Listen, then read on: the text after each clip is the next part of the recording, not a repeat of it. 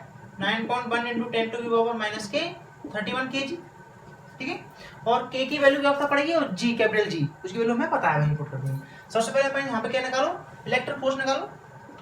F E equal to क्या होता है, के Q1 की वैल्यू, भाई दोनों चार्ज है ना, दोनों क्यू क्यू, भाई दोनों ही तो इलेक्ट्रॉन है, मतलब ये इलेक्ट्रॉन यहाँ पर और एक इलेक्ट्रॉन यहाँ पर। अपन ने मान लिया कि अब पास ये स्मॉल r डिस्टेंस पर है, तो दो इलेक्ट्रॉन है, तो इसको भी क्यू चार्ज मान लो आप, इसको भी क्यू चार्ज मान लो, तो दोनों Q1, तो के Q1 Q2 अपॉन में r, तो लिख लो यहाँ से क्या हो गया, एफ ई इक्वल टू के Q1 Q2 दोनों इक्वल है, तो के क्यू स्क्वायर, मतलब क्यू वैल्यू क्या है यहाँ पर, चार्ज ऑफ इलेक्ट्रॉन अपॉन में r स्क्वायर। अब क्या निकाला अपन, ग्रेविटी फोर्स निकाले। ग्रेविटी की फोर्स क्या हो जाएगी, F G equal to capital G m1 m2 upon में r स्क्वायर। और यहाँ पर मैं मास ऑफ इलेक्ट्रॉन, तो m1 m2 दोनों वैल्यू क्या है हमारे पास, m1 equal to m2 equal to mass of electron, क्या हो जाएगा, F G equal to G m1 m2 me, तो मास ऑफ इलेक्ट्रॉन को स्क्वायर अपॉन में r स्क्वायर।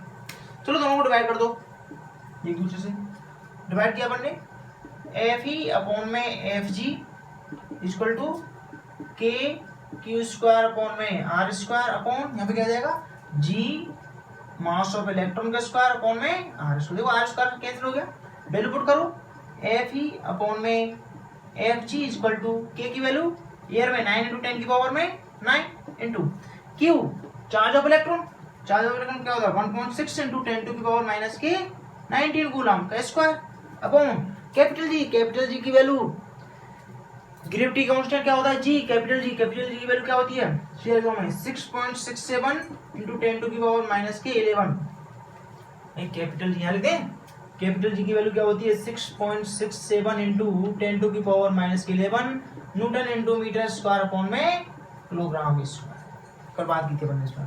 यहाँ पर क्या आएगा, Me mass of electron. Mass of electron क्या होता है 9.1 इंटू 10⁻³ का स्क्वायर। तो इसको आप सॉल्व करोगे, सॉल्व करने के बाद जो इसका रेशियो अनुपात आएगा Fe/Fg वो आएगा 10⁻42। इन दोनों का रेशियो अप्रोक्सीमेट लगभग इतना आएगा, अप्रोक्सीमेट लगभग, ठीक है, लगभग इतना आएगा। कुछ पॉइंट वगैरह में आएंगे, देख लेना उसको अपने हिसाब से, लगभग इतना इसके आंसर। इसका मतलब देखो क्या है, यहाँ से क्या हो गया, Fe = 10⁻42 Fg, मतलब ग्रेविटेशनल फोर्स से इलेक्ट्रिक फोर्स 10⁻42 टाइम्स अधिक है, 10⁻42 गुना अधिक है। इसका मतलब इलेक्ट्रिक फोर्स ग्रेविटेशनल फोर्स से बहुत बहुत बहुत अधिक होता है, ठीक है, क्लियर हुआ। चलो अब सेकंड क्वेश्चन के बारे में बात करें। नोट कर लिया होगा तुम लोगों ने, वीडियो पॉज कर लो। चलो सेकंड क्वेश्चन क्या है, देखो अब कुछ ट्रायंगल स्क्वायर वगैरह के रूप में अपन लेके चलते हैं क्वेश्चन, ठीक है, कैसे नेट फोर्स कैसे क्या निकालना है। तो अपने पास एक ट्रायंगल है, ठीक है, जिसकी तीनों साइड इक्वल है, इक्विलेटरल हो गया ट्रायंगल। अपने पास क्या है, इक्विलेटरल ट्रायंगल दे रखा है। क्वेश्चन है,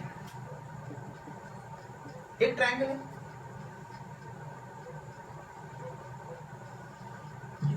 चलो मैं इसको यहां मान लेता हूं, थोड़ा नीचे, एक ट्रायंगल, इसके यहां पर क्यू चार्ज है, प्लस क्यू चार्ज, तीनों कॉर्नर पर प्लस क्यू चार्ज, और साइड तीनों इक्वल है, एक्स एक्स ये एक्स, नाम मिले अपन ने ए बी और ये सी। आपको फाइंड करना है, find net force, find net force, लिख लेंगे एक बार, find net force on charge, किस पॉइंट पर पहुंचा है, एट ए पॉइंट पर नेट फोर्स निकालना है। देखो कैसे निकालने को, इसके लिए क्या करें, देखो यहाँ पर देखो, ये क्यू वाला ये प्लस क्यू चार्ज इस पर फोर्स लगाएगा, इस तरह से रिपल्सन की फोर्स होगी, ये क्या करेगा, इसको प्रतिघर्षित करेगा, मतलब ये फोर्स कर लगाएगा, ये फोर्स, मतलब फोर्स का नाम दें पॉइंट ए पर पॉइंट सी के द्वारा फोर्स, तो force on A due to सी, ए पर सी के द्वारा फोर्स लगेगा, जबकि बी भी इस पर प्रतिकर्षण फोर्स लगाएगा तो भगाएगा इसको, रिपल्सन की, तो ये फोर्स लगेगी। यहाँ पर क्या आएगा, एफ ए पर ड्यू टू किसके द्वारा, ये फोर्स होगा, ठीक है। अब हम पास तीनों साइड इक्वल हैं, तीनों एंगल इक्वल होंगे, ये एंगल कितना होगा 60 डिग्री, ये एंगल भी कितना होगा 60 डिग्री, ये एंगल भी कितना होगा इसके लिए 60 डिग्री, तो ये भी एंगल क्या हो जाएगा 60, ठीक है। यहाँ पर आपको पता है ये चार्ज डिस्टेंस इक्वल है, दोनों चार्ज क्यू क्यू है, ये डिस्टेंस एक्स है, ये दोनों चार्ज इक्वल है, डिस्टेंस इक्वल है, चार्ज इक्वल है, दोनों फोर्स का मैग्नीट्यूड क्या होगा, इक्वल होगा। इसका मतलब F A C equal to F A B क्या हो, इक्वल है, इसको अपन कोई वैल्यू देते हैं, पुट एफ। इसका मतलब अपन को भी नेट फोर्स नहीं है, नेट फोर्स निकालना है। नेट फोर्स के लिए अपने पास क्या बनाना है, ऐसे कुछ बनाएंगे, इधर क्या है एफ ए बी, इधर क्या है एफ ए सी, और ये एंगल क्या दे रखा है 60। तो नेट फोर्स निकालने के लिए वेक्टर सम करना पड़ेगा, ऐड नहीं करना हमको, वेक्टर निकालने के लिए इसको वेक्टर कैसे करते हैं, इसको रिजल्टेंट इस तरह, तो ये होगा एफ नेट। अब 11th क्लास में वेक्टर पढ़ा है अपन ने, 11th क्लास की वेक्टर पढ़ो, ठीक है, इतना आना चाहिए, पता है ना। जब अपने पास क्या बोलते हैं, दो वेक्टर हैं इस तरह से, ए वेक्टर ये बी वेक्टर, तो इनका रिजल्टेंट वेक्टर ये होता है are vector.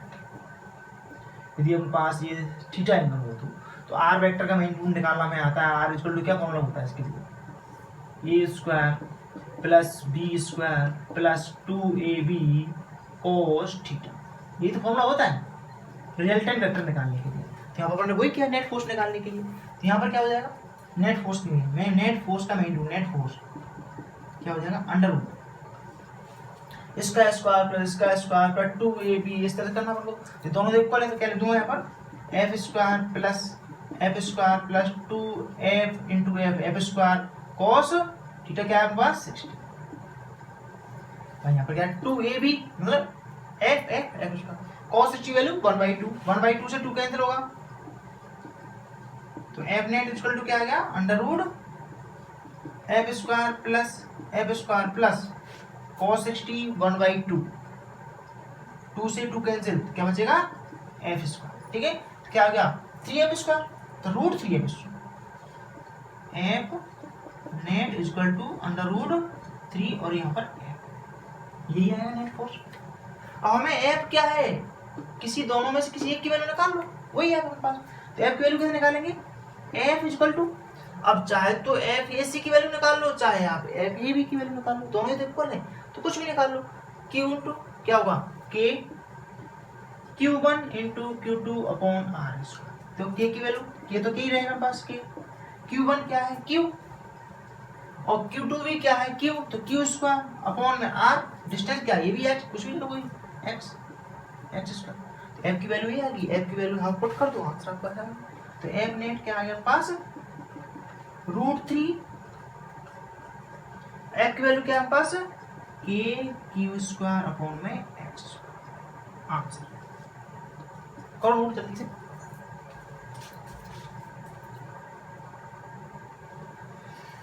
Okay third question जल्दी से कुछ सॉल्व करें। थर्ड क्वेश्चन तुम लोगों को खुद को सॉल्व करना है और उसका आंसर आपको कमेंट करके मुझे ध्यान रखना। थर्ड क्वेश्चन का आंसर मुझे कमेंट करके तुम लोग बताओगे मैं सॉल्व नहीं करूंगा उसको। क्वेश्चन थर्ड वही एक ट्रायंगल है अपने पास जिसकी तीनों साइड इक्वल है x x ये x ठीक है। इस बार क्या है यहाँ पर प्लस क्यू चार्ज है यहाँ पर प्लस क्यू चार्ज है यहाँ पर माइनस क्यू चार्ज है यहाँ पर क्या है माइनस क्यू चार्ज है कोई दिक्कत यहाँ पर क्या है माइनस क्यू चार्ज है। आपसे पूछा ये पॉइंट ए दे दिया ये बी ये सी पूछा आपसे फाइंड द नेट फोर्स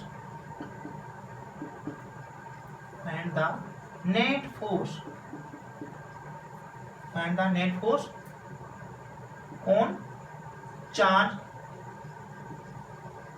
सी हो जाए question find the net force on charge C हो जाए क्वेश्चन। थर्ड क्वेश्चन क्या करना वो देख लेना तुम लोग। ट्रायंगल के साइड पास तीनों साइड इक्वल हैं इक्विटेटरल ट्रायंगल। चलो ना इसको क्वेश्चन इसका जो भी आंसर आएगा वो कमेंट करना आंसर ठीक है इसका हटाओ इसको आंसर कमेंट करके बताना मुझे। क्वेश्चन 4 अब देखो क्वेश्चन 4 क्या है हम पास एक स्क्वायर इस तरह से ध्यान से देखना एक स्क्वायर जिसकी साइड ए स्क्वायर की सभी साइड इक्वल होती है। यहाँ पर प्लस क्यू चार्ज है यहाँ पर भी प्लस क्यू चार्ज है यहाँ पर प्लस क्यू चार्ज है और यहाँ पर भी प्लस क्यू चार्ज है ए बी सी। आपको क्वेश्चन है find the net force on charge D ये question find the net force on charge D पर हमें यहाँ पर क्या करना है परिणामी बल का परिमाण निकालना है नेट फोर्स निकालना है। चलो क्वेश्चन कर लो। चलो हम क्या करते हैं इसको मैं यहाँ से डाल ऊपर find the net force on charge D. सबसे पहले देखो ये बी पॉइंट इसमें फोर्स लगाएगा रिपल्शन की फोर्स, तो ये फोर्स क्या होगी, D, force on D due to B, B के द्वारा डी पर बल लगेगा, क्या लगेगा, प्रतिकर्षण बल लगेगा, ये इस पर बल लगाएगा, डी, ये सब प्रतिकर्षण होगा, रिपल्शन, रिपल होगा, ये force on C, sorry D, force on D, D पर बल किसके द्वारा, सी, ये फोर्स है। अब इन्होंने दोनों ने फोर्स लगा दिया, ये भी तो फोर्स लगाएगा, ये ऐसे force on D due to ए, ये तो रिपल्शन कर गया इसको, तो इसकी फोर्स कितना लगेगी, इधर क्या लगेगा, force on D due to ए। अब क्या बताओ, यहां पर तीनों फोर्स इक्वल होंगे, नहीं, ये दो फोर्स इक्वल होंगे कि दोनों की डिस्टेंस इक्वल है, तो अपने यहां पे लिख देंगे force magnitude F D C equal to F D V, इसको अपन कोई ले लेते हैं F1, इन दोनों का F1 या F ले लो, चलो कोई दिक्कत नहीं, F1 ये दोनों, इसका मतलब इन दोनों में से किसी एक की वैल्यू निकालनी पड़ेगी, अपने पास ये बन रहा है, जबकि उनके पास एफ डी ए की वैल्यू कुछ होगी, हमारे डिस्टेंस निकालना पड़ेगा, अब हम ए से डी का ये डिस्टेंस निकालना पड़ेगा, तो ये डिस्टेंस निकालने के लिए क्या करोगे, इसमें पास पाइथागोरस थ्योरम लगा दो, यहाँ इसमें पाइथागोरस थ्योरम लग जाएंगे, तो एडी निकालने के समय निकालो, कोई ट्रायंगल ले लो, ट्रायंगल चाहे ए ले लो, A C D, triangle A C D, भाई अपने पास ये पाइथागोरस थ्योरम लगा दो, डिस्टेंस निकल जाएगी, तो क्या हो जाएगा, मैं डायरेक्ट लगा दूं, A D, A D hypotenuse का स्क्वायर, कर्ण का square equal to perpendicular A C लंब का स्क्वायर प्लस बेस आधार सी डी का स्क्वायर, ये तो होगा, तो यहाँ से क्या हो गया, A D square equal to क्या हो गया, A square plus A square, क्या हो गया, A D square equal to 2a square, ये हो गया, हमें तो ए डी की वैल्यू चाहिए, तो ए डी इक्वल टू क्या हो गया, 2a under root 2a, A D की वैल्यू मतलब पास ये क्या निकल गया, रूट 2a, ये पास, ठीक है। अब ये दोनों फोर्स तो अपन एक किसी एक वैल्यू निकालने, अब देखो रिजल्टेंट फोर्स कैसे निकालेंगे, कैसे, इन दोनों का सबसे पहले रिजल्टेंट निकालो, इसका और इसका, इन दोनों के बिटवीन एंगल कितना है, 90 डिग्री, इसको भूल जाओगी, इसको एफ डी ए को भूल जाओगी, इन दोनों का रिजल्टेंट फोर्स, इन दोनों का रिजल्टेंट फोर्स भी तो इधर ही जाएगा, इसके अलोंग इसी के अंदर जाएगा, इन दोनों का रिजल्टेंट फोर्स मैं मान लेता हूँ उसको F dash, F D C और एफ डी वी का नेट फोर्स एफ डैश है, लगा देखो ना वेक्टर्स, ये तो एफ डैश सबसे पहले हमें यहाँ पर क्या निकालना है, F dash equal to under root वही फॉर्मूला होगा पास, ये 90 डिग्री का एंगल बन रहा है, ध्यान रखना, अभी अपन इसको एफ डी ए को भूल चुके, इसकी वैल्यू सेम क्या हो जाएगा, F square plus 2 F into F square cos कितना एंगल है, 90, कॉस 90, ठीक है, कॉस 90 की वैल्यू कितनी होती है,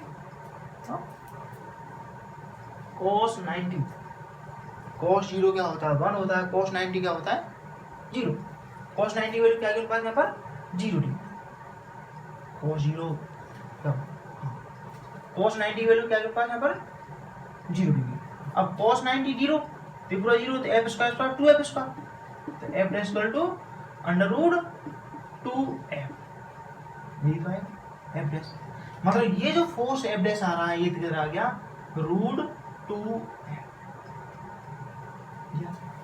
अब देखो ये एफ डैश और एफ डी ए एक ही डायरेक्शन में, तो ये दोनों जुड़ जाएंगे, तो अब एफ नेट क्या हो जाएगा, एफ नेट क्या हो जाएगा, equal to F dash plus D, ये है। अब एफ डैश की वैल्यू कैसे निकालेंगे, अंडर रूट 2f, तो उसके लिए हमें एफ की वैल्यू चाहिए, तो एफ नेट इक्वल टू यहाँ कहेंगे under root 2f plus F D A, जिस पर फोर्स लगाएगा ये कितनी फोर्स होगा, के Q1 Q, Q2 भी Q, अपॉन आर स्क्वायर, इनके बिटवीन डिस्टेंस क्या है अंडर रूट 2a का स्क्वायर। और हमें एफ की वैल्यू चाहिए, एफ की वैल्यू क्या निकालनी है, या तो इसका कोस को निकालो, इसका कोस को, एफ यही तो होगा, एफ टी सी, इसी की वैल्यू निकालो। तो एफ की वैल्यू देखो यहाँ से अंडर रूट 2, एफ की वैल्यू क्या हो जाएगी, ये फोर्स निकाल लो, के Q1 की वैल्यू Q, Q2 की value Q upon distance plus के Q स्क्वायर। यहाँ पर मैं Q स्क्वायर कर दूँ, Q स्क्वायर, और यहाँ पर क्या आ गया अंडर रूट 2 के Q स्क्वायर, दोनों में से तो बना रहा, सोल्व कर लेंगे, बना लेंगे इसको, सोल्व कैसे करेंगे, क्या होगा एफ नेट इक्वल टू के क्यू स्क्वायर, यहाँ से मैं कॉमन ले लेते हैं इसमें से के क्यू स्क्वायर, के क्यू स्क्वायर अपॉन में ए कॉमन ले, क्या होगा के क्यू स्क्वायर अपॉन में ए कॉमन ले लिया, क्या बचा अंडर रूट 2 अपॉन में ए प्लस यहाँ पे क्या बचा 1 बाई रूट, बचेगा 1 बाई रूट। अब इसके एलसीएम लेकर सोल्व ओपन कर लेंगे इसको, देखो गलती नहीं की अपन ने,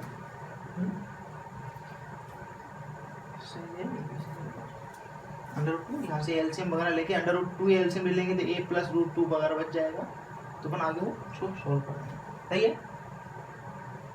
तो देख लो under root 2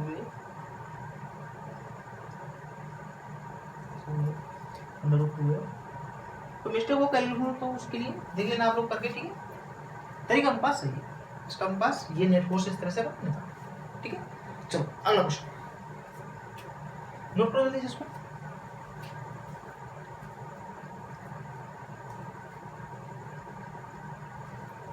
पढ़ाएं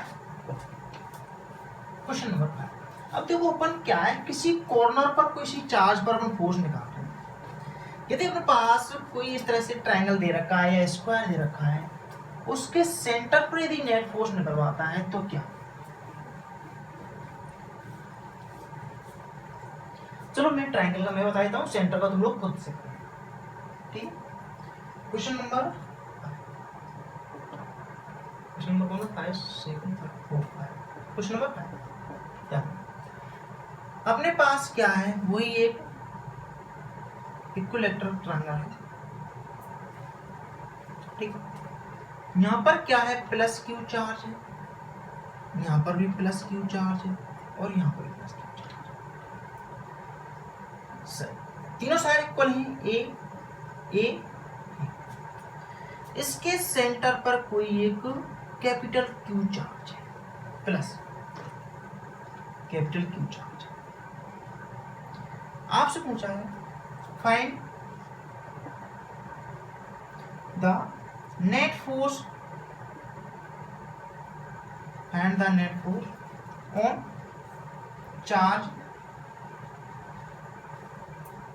on charge plus Q, और प्लस क्यू वहां पर हम पास सेंटर, तो अपन कहते हैं, तो इसके लिए क्या करोगे, सबसे पहले क्या करोगे, यहां से इस पर फोर्स लगाएगा ये बी, और ये इस पर फोर्स लगाएगा रिपल्सन की, और ये इस पर फोर्स लगाएगा, मतलब बी अपन पॉइंट ओ ले लेते हैं इसको, बी ओ पॉइंट पर इस तरह से फोर्स लगाएगा कुछ, एफ ओ पॉइंट पर बी के द्वारा फोर्स इधर, सी इस पर इस तरह से फोर्स लगाएगा, लगाया रिपल्सन फोर्स इधर से खींचेगा, दूर लगाएगा इसको, ठीक है। तो यहाँ पर क्या हो जाएगा एफ नॉट सी, ये इस पर फोर्स लगाएगा एफ नॉट ए, तीनों फोर्स ऐसे होंगे, और तीनों फोर्स इक्वल होगी, क्योंकि हमें तो क्या है ये डिस्टेंस चाहिए, और ये तीनों डिस्टेंस क्या होंगी इक्वल ही होंगी, ये तीनों डिस्टेंस क्या होंगे पास इक्वल ही होंगे, ये डिस्टेंस तो क्या करें, सबसे पहले अपन कोई एक डिस्टेंस निकाल, एओ की वैल्यू निकाल ले, भाई एओ की वैल्यू कैसे निकालें, एओ की वैल्यू अपन कैसे निकालें, तो ए ओ की वैल्यू अपन कैसे निकालेंगे? ए ओ की वैल्यू क्या है? अपने पास पता है तुम्हें, कोई अपने पास ऐसा ट्राइंगल है, इक्विलेटरल ट्राइंगल है, तो उसके किसी शीर्ष पॉइंट से अपन ऐसा एक कुछ लाइन खींचे, तो उसका सेंटर क्या होता है, उसको 2:1 में विभाजित करता है, 2 और ये 1 इस तरह विभाजित करता है इसको। ठीक, तो क्या करें अपन यहाँ से ये पूरी लाइन निकाल सकते हैं, ये कोई पॉइंट दे दूं मैं ए एम। ठीक है, ये ए एम की वैल्यू अपन निकाल सकते हैं कैसे? पाइथागोरस थ्योरम से। पाइथागोरस थ्योरम से निकालना इस तरह से भाई, इसको अपन पाइथागोरस थ्योरम से निकाल सकते हैं ना इसको, इस तरह से। तो पाइथागोरस थ्योरम से कैसे निकालेंगे हमने इसको, बताओ? निकालो इसको पाइथागोरस थ्योरम से। ए एम, तो यहाँ पर सबसे क्या निकालना है? A M square equal to Pythagoras theorem क्या होगा?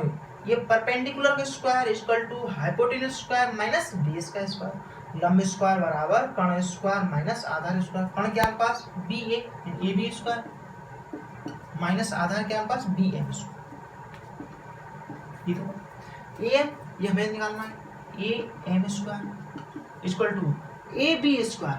ए बी स्क्वायर क्या है पास? ए बी स्क्वायर मतलब ए स्क्वायर माइनस बी एम। भाई ये यहाँ पर हाफ, ये टोटल क्या हो जाएगा हमारे पास? ये हाफ हो जाएगा a/2, a/2 हो जाएगा। तो यहाँ पर क्या हो जाएगा? a/2 का स्क्वायर, तो ए स्क्वायर फॉर्म में 4। मैं सॉल्व करूंगा इसको, तो ए एम स्क्वायर क्या आ जाएगा? ए स्क्वायर 4 एलसीएम ले लिया, क्या हो गया? 4a स्क्वायर माइनस में A square equal to 3a square by 4। तो ए एम इक्वल टू क्या आ जाएगा हमारे पास? √3a/2, √3a/2 √3/2 इंटू में ए एम की वैल्यू आ गई पास। किसकी वैल्यू आ गई पास? ए एम की। जबकि हमें क्या करना है? हमें तो ए ओ की वैल्यू फाइंड करनी है। तो ए ओ के इसमें क्या करो? 3 का डिवाइड कर दो और 2 का मल्टीप्लाई कर दो। तो यहाँ पर ए ओ इक्वल टू क्या आ जाएगा? √3/2 ए इंटू में 2 का मल्टीप्लाई और 3 का डिवाइड कर दो। देखो 2 से 2 कैंसिल, √3 से √3 बार कैंसिल हो जाएगा 3। तो ए ओ इक्वल टू a/√3। चाहे तो अपन इसको याद ही कर सकते हैं, हम पर ट्रायंगल ऐसा है तो कि एक साइड निकाल लेंगे, मतलब ये इसके बराबर सबके बराबर, इसका मतलब ए ओ बराबर क्या होगा? बी ओ बराबर क्या होगा? अब आसानी से इसका ये फोर्स निकाल लोगे आप, ये फोर्स निकाल लोगे, तीनों फोर्स इक्वल होंगे, डिस्टेंस इक्वल। तो अपन यहाँ पे लिख सकते हैं, क्या लिखते हैं अपन? देखो F O B equal to F O C equal to F O A equal to कोई एफ। अब नेट फोर्स निकालना है, क्या डायग्राम बन रहा है आपके पास? इस तरह से बन रहा है आपके पास, ये तो फोर्स बन रहा है, ये एफ ओ बी बन रहा है, एफ ओ सी बन रहा है, एफ ओ ए, ये बन रहा है। अब देखो ये एंगल कितना होगा यहाँ पर? इसको ये 60, ये 60, ये 60 है, तो ये 60, ये भी 60, 120 एंगल कितना हो जाएगा? 120 निकाल लोगे, तो ये एंगल कितना होगा? 120 का होगा। कैसे होगा? ये 60, ये 60 का, ये 60 का, ये 60 का, 120 होगा ये 120 120 120 सारा 120। तो अपन पहले सबसे पहले इनका नेट फोर्स निकालो, इनका एफ डैश निकालो, इसका एफ डैश, इसका नेट फोर्स क्या हो जाएगा? एफ डैश इधर हो जाएगा। ठीक है, तो एफ डैश सबसे पहले एफ डैश निकालने के लिए क्या करना पड़ेगा हमारे पास? इन दोनों का वेक्टर सम करना पड़ेगा। उसके लिए ये दोनों इक्वल हैं, एफ, तो F square plus 2 F into F square cos 120 कोई दिक्कत है? cos 120 20 की वैल्यू कितनी होती है? -1/2। तो यहाँ पर क्या हो जाएगा? F dash equal to F square plus 2 F square, यहाँ पर क्या है? माइनस की 1/2, 2 से 2 कट जाएगा, माइनस एफ स्क्वायर बचेगा। तो यहाँ पे क्या जाएगा पास? 2 से 2 कट कैंसिल हो गया, cos 120 cos 60 1/2 cos 120 सही है, देख लो।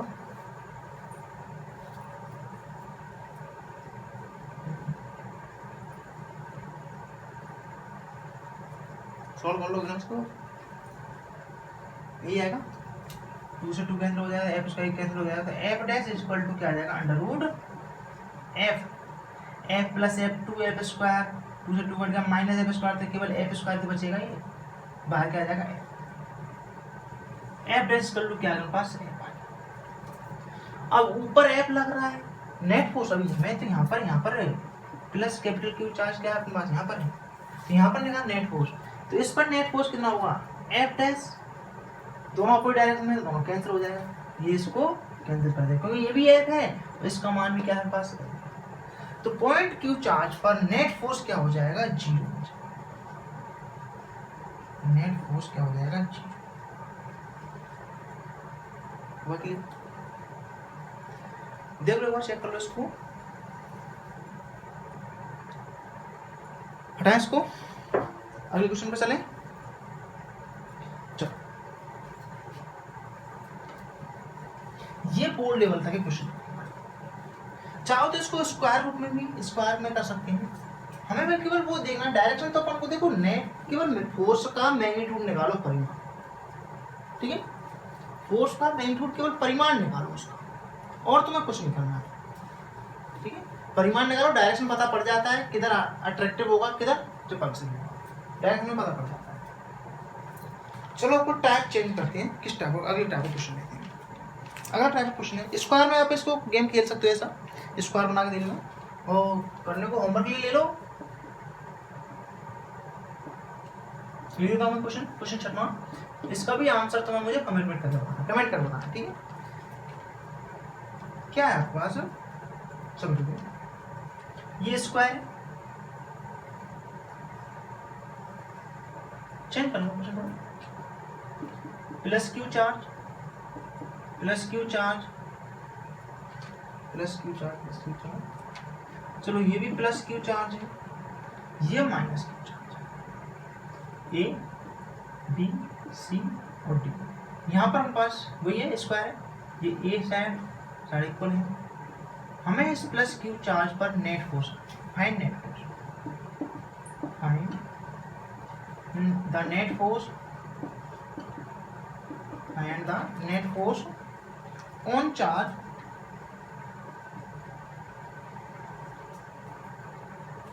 प्लस क्यू एट सेंटर,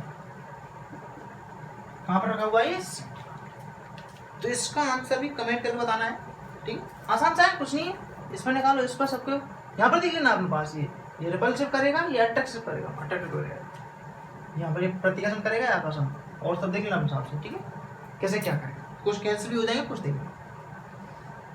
इसका भी क्वेश्चन नंबर कौन कौन से मिलेगा तुम्हें होमवर्क के लिए, एक क्वेश्चन नंबर 3 और क्वेश्चन नंबर 6 को कमेंट करके आंसर देना मुझे, ठीक है, हटाएं, नोट कर लिया, ठीक, पास करो, नोट कर लिया,